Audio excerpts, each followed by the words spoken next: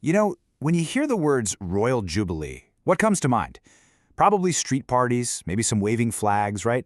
A big celebration of a long, stable reign. But in ancient Egypt, how they thought about being king was totally different. The pharaoh wasn't just a ruler. They were seen as this divine connection to the cosmos, the living, breathing symbol of cosmic order. And for them, a jubilee wasn't just a party. Oh no, it was a test. Think about Queen Elizabeth II's Jubilee, right? It was this modern festival of goodwill, celebrating her long reign with concerts and parades. It's how we mark decades of service now, with a lot of appreciation, not apprehension. It's all very civilized, very comfortable. But what if that Jubilee was less about celebrating the years you've already served, and more about proving you deserve to rule for even one more day? What if, instead of a nice, polite wave from a balcony, the king had to physically prove his strength, or face the ultimate, and I mean ultimate, consequence? To find that story, we're not just turning back the clock. We're stepping into a completely different world, one with a whole different set of rules about power. So welcome to ancient Egypt, and to one of the most bizarre and high-stakes royal rituals ever created. So let's just trade the tea and scones for sand and stone, shall we? And forget the polite applause. Instead, I want you to picture an aging king who, after 30 years on the throne, is forced to strip down to a kilt, strap on the tail of a bull, and literally sprint in front of his entire kingdom, all to prove he wasn't washed up. And this tradition is ancient on a scale that's kind of hard to wrap your head around. The ceremony we're about to get into, the Hebset Festival, it started over 5,000 years ago. That's older than the Great Pyramids of Giza. This was a tradition that stuck around for millennia. Okay, so let's dive into this thing. The Hebset Festival was, on the surface, a jubilee. But unlike any other, its whole point wasn't just to celebrate the past, but to actually renew the pharaoh's power for the future. And he had to do it through a series of really demanding rituals. So here's the crucial part. This was a recurring trial. It wasn't a one-and-done thing. The first test, it came after a long 30-year reign, a whole generation. But if you passed, that didn't mean you were safe forever. Nope, the pharaoh had to do it all over again every 3 years after that. You had pharaohs like Amenhotep III and Ramesses the Great, who celebrated multiple Hebsets, repeatedly proving they had the right to rule, even when they were well into old age. Now, look, the festival had its share of what you'd call standard royal pageantry. There were these solemn processions, big offerings to the gods, and all sorts of symbolic acts like firing arrows to the four corners of the earth to show you were still in charge. The pharaoh would even get recrowned with the crowns of both Upper and Lower Egypt. But all of this was just the warm-up act. Because every prayer, every single procession, and every offering, it was all leading to this one single shocking moment. The climax of the whole Hebset festival was a mandatory public foot race. The divine king had to run. And the king ran in a very specific, very symbolic outfit. He wore this short kilt, so he could move, but attached to the back was the tail of a bull. And this wasn't just for looks. It was a huge symbol of masculine strength and fertility, linking the pharaoh's own energy to the most powerful animal they knew. Just try to picture the scene. You're in a huge palace courtyard. A course is marked out by two big stones. All the dignitaries, the priests, and thousands of regular Egyptians are all there, watching.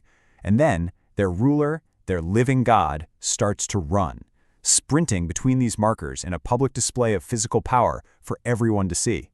So this brings us to the core mystery of it all. Why? Why on earth would a civilization that's built on the idea of this untouchable divine king subject him to such a public physical test? Egyptologists have been debating this for decades. Seriously, what was the point of making an aging ruler do this grueling thing?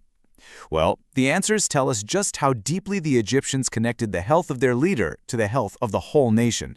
And there are three main theories. The first and, most direct theory is that it was just a brilliant piece of political theater. In a world full of court drama and potential rivals, this race was an undeniable public statement.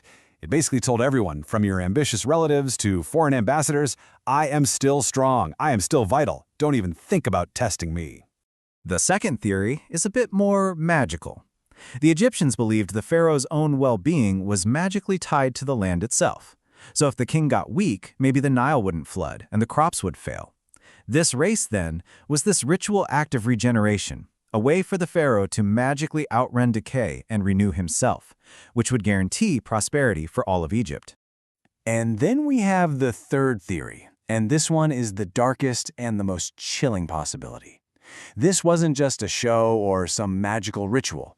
This was a pass-fail exam, and the stakes were absolute. What's so fascinating about this idea is the brutal logic behind it. This theory suggests that if the pharaoh stumbled, if he couldn't complete the course with energy, he was seen as a liability, a weak vessel for the divine spirit. The race was the mechanism to prove his fitness, and if he failed, he may have been sacrificed to let a stronger successor take over. It was, quite literally, a run for his life. A life-or-death foot race for the king. It sounds like something out of a myth, doesn't it? A wild story, a dramatic theory, and it would be just that if the Egyptians hadn't left behind absolute, indisputable proof that this ritual was very, very real.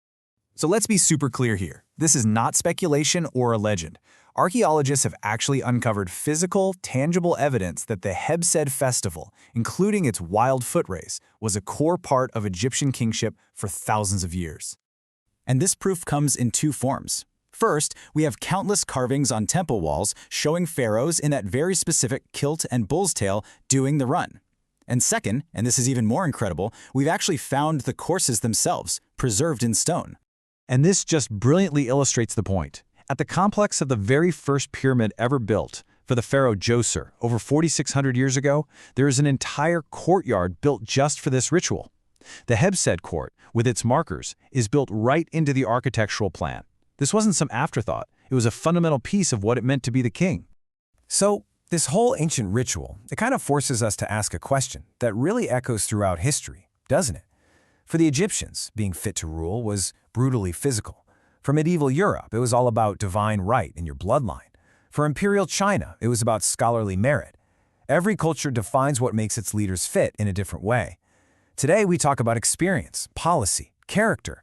But even now, aren't we still a little fascinated by a leader's stamina, their health, their vitality? The Hebsed might be long gone, but the fundamental question it asks is still here. What truly makes someone fit to rule?